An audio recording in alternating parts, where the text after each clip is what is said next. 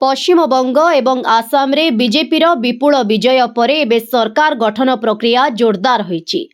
विधायक दलर नेता चयन पाई बीजेपी पक्षरु केंद्रीय पर्यवेक्षक नियुक्त करा जायछि।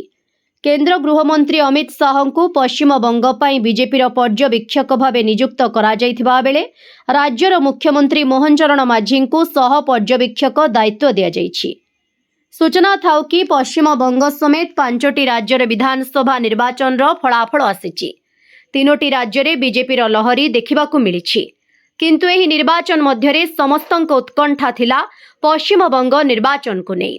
तेबे निर्वाचन फलाफल परे एबे पश्चिमबंगरे बीजेपीर क्षमता को आसीबा नहीं स्पष्ट होईछि।